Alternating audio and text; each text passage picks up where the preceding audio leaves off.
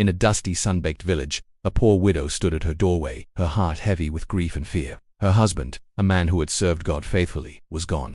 But his debts remained, casting a dark shadow over her home.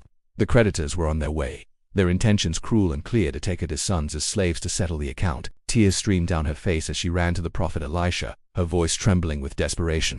"My husband is gone," she cried, "and now they are coming to take my children." Elisha listened, his eyes filled with compassion. He didn't offer empty words of comfort. Instead, he asked a simple, yet profound question. "What do you have in your house?" The widow looked down, ashamed. "Nothing," she whispered, "except a small jar of oil, just a little oil." It was barely enough to anoint a single meal, certainly not enough to sell, and definitely not enough to save her family from slavery. But Elisha saw something more. He saw a seed of a miracle. Then came the strange instruction. "Go," Elisha said, "borrow empty jars from all your neighbors.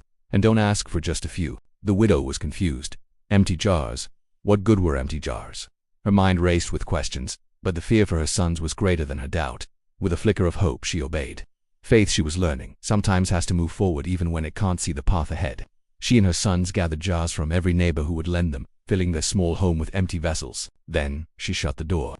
This was a private moment between her, her family, and her God.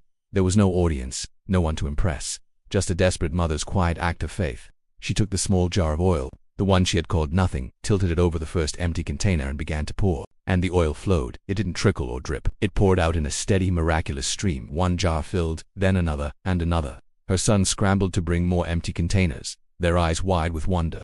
The oil kept flowing, filling every single jar they had gathered. Finally, one of her sons called out, "There isn't another jar left." And in that exact moment, the oil stopped flowing. The miracle had lasted as long as there was empty space to receive it.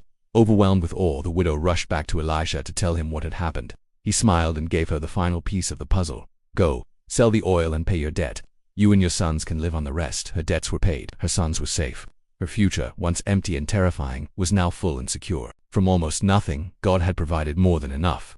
This story isn't just about ancient miracles. It's for you. It shows us that God sees you in your moment of desperation. He doesn't need you to have it all together. He starts with what you already have, no matter how small it seems. He honors your obedience, even when you don't understand. And when you surrender your little to Him, He multiplies it beyond your wildest dreams, providing not just for your survival, but for your peace.